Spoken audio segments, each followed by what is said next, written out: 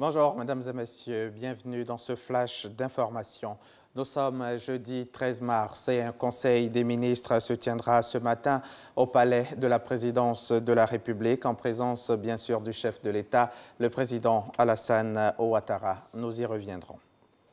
Réunion des ministres des Finances de la zone franc. La Côte d'Ivoire abrite les travaux d'avril 2017 et le ministre français de l'économie et des finances, Michel Sapin, est attendu ce jeudi même ici à Abidjan pour y prendre part. Créée en 1939, la zone franc est un espace économique et monétaire d'Afrique subsaharienne où vivent quelques 155 millions d'habitants. Elle comprend 14 pays d'Afrique subsaharienne.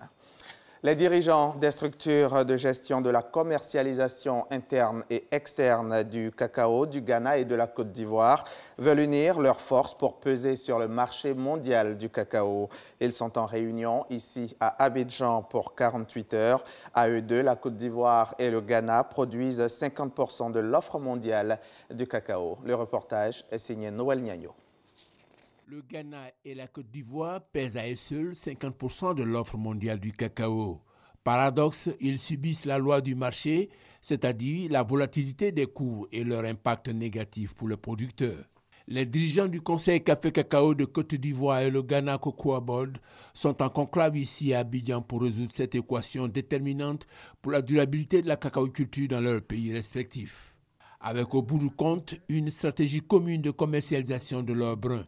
Sur 2 jours, ils vont visiter tous les champs en Côte d'Ivoire et au Ghana, aborder toutes les questions portant sur la production, sa qualité, les questions de commercialisation interne et externe, et se donner les moyens d'une maîtrise totale de l'environnement du marché mondial. Pour mémoire, c'est en 2012 que les deux structures ont jeté les bases de cette coopération qui, souhaitons-le, va prendre forme ici à Abidjan. 8e jeu de la francophonie, J-100. Hier, mercredi, le ministre chargé des Jeux a lancé le compte à rebours à l'hôtel du district au Plateau. Robert Begré-Mombé assure qu'à 100 jours du démarrage des Jeux à Abidjan, les travaux de construction et de réhabilitation des infrastructures sportives et culturelles sont en phase d'achèvement. Au Maroc, 7 personnes soupçonnées d'organiser le recrutement de combattants pour le compte de l'État islamique ont été arrêtées hier mercredi 12 avril. Le royaume chérifien, qui annonce régulièrement le démantèlement de cellules dites terroristes, tente non seulement d'endiguer les départs vers les zones de conflit, mais aussi le retour au pays d'environ 1200 Marocains partis rejoindre Daesh.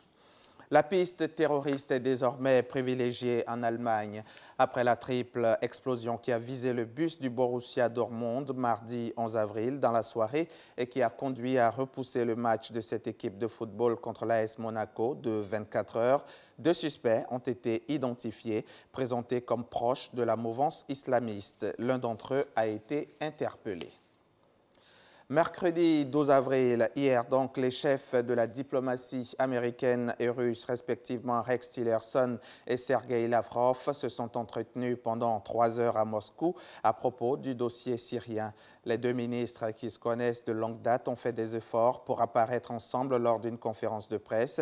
Ils campent sur leur position, mais mettent tout de même l'accent sur le dialogue qui doit continuer entre les deux pays. Fin de ce flash, on se retrouve à 13 h.